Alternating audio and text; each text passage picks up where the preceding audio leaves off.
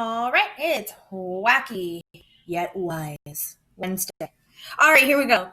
We are going to talk about parts of speech again, as we have been for the first part of every day in our weekly language review.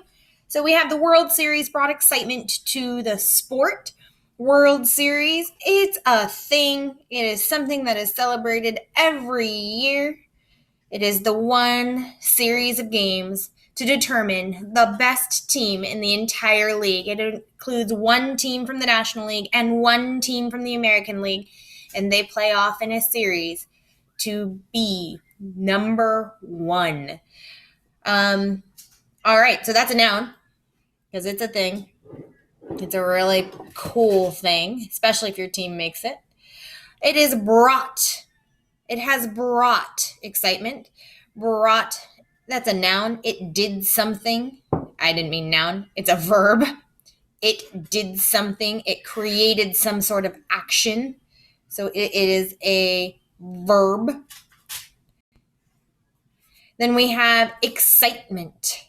Excitement isn't anything necessarily that's tangible. You can't touch excitement, but you can see excitement and you can experience excitement. It is a noun. It is a thing. It is a feeling, an emotion. Almost like it sounds like I'm getting super excited about these language reviews. Just like I know you all are at home. At least I can't see you frowning at me right now. And then to the sport. A sport is a thing, so it is also a noun. Okay, so in that particular sentence, we have a noun, a verb, a noun, and a noun. The nouns outnumber the verbs. Here we go. Write the possessive noun. The bats belong to 3 players. They are the players' bats. We're not talking about the bats that hang upside down from trees. We're talking about baseball bats. So in this case, the word players is already plural. And when it's already plural and it is going to be possessive, that's when we exercise this exterior apostrophe without putting an extra S here. So in this case where it says players, we wouldn't put an extra S because then it would be players'. It's the players' bat. That doesn't make any sense.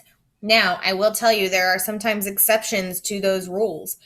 For example, and I'll do it up here if you don't mind. In fact, I'll do it in blue so you guys know that it's not necessarily part of this language review, but this is a good place to review it. If something it belongs to James, James has a name that already ends in an S, but it's not plural. It's just the way his name is spelled. Then you would put an apostrophe S and it would be James's game or James's bat. Now, let's pretend that there are several James in the room and they all owned bats. We would then say it is the James's bats with just the apostrophe, not the extra S. So be careful because sometimes people accidentally leave off the extra S when something already ends in an S but is not plural, it's singular. In that case, you would add the apostrophe and the S if it's singular and possessive. When it's plural and possessive, we drop the S and just have the apostrophe. All right, hopefully that made sense. We have the correct verb tense here. At the games, fans ate hot dogs, drank soda, and at the games, they ate. Oh, look at that. Ate hot dogs, drank soda. That tells me that they already have done it. It is past tense, so we need the past tense of have, and we are looking for those simple past tense here, and so it's just had. So at the games, fans ate hot dogs, drank soda, and had a great time. Of course, right now, the only fans eating hot dogs or drinking soda at baseball games right now are the cardboard cutouts of people who have paid to have their pictures put in the seats. I don't think they're eating much or drinking much and probably aren't making trips to the bathroom. So no long lines there. Use the correct comparative or superlative adjective to complete the sentence. So again, I'm going to make a note here. I'm going to keep doing this so that way you guys always remember. It's comparative is ER or IER, and superlative is est. When we are using a comparative, we are comparing two things. When we're using a superlative, it's compared to everything else. So, Fenway Park is the blank stadium still in use. I'm not comparing it to some other stadium. I'm not saying Fenway Park is the older stadium or is older than blah, blah, blah. That's not what I'm saying. I'm saying of all of the stadiums that there are in use for baseball, Fenway Park is the oldest.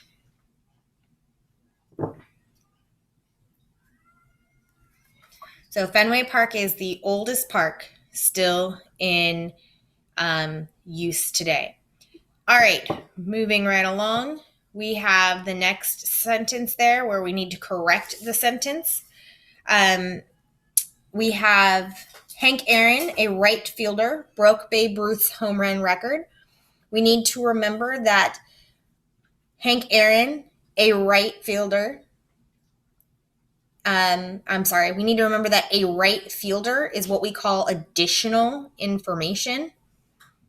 And so when we have additional information, we break it apart from the rest of the sentence by using a comma before and after the additional information.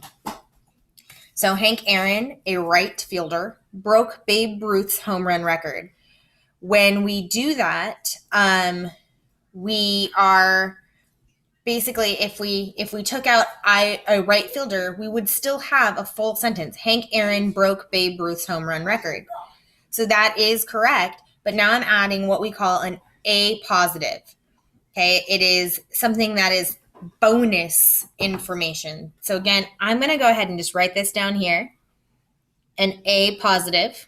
And an A positive can be, an A positive phrase can be set apart via commas or actually even dashes. An A positive is, ding, ding, ding, bonus info. We all love a little bonus info. All right. Here we have which word from Monday's list means the time period that came after the Industrial Revolution. Well, the key word here is industrial. And if you go back to the list from Monday, and I'm going to just slide it out here, you will see that there is a word there that has the word industrial in it. And we know that after means post. So the answer here is post industrial. And even though the Industrial Revolution is capitalized as a specific time period, the word post-industrial is not. Okay, here we have the landlord asked the people renting his house to vacate the home in 3 days and move somewhere else. What does vacate mean? Vacate means get the heck out of my house. Leave, be gone with you. But we use the word vacate because it means, well, it sounds so much kinder and so much more professional than out with you, be gone, shoo. All right, that's Wacky Wednesday for you.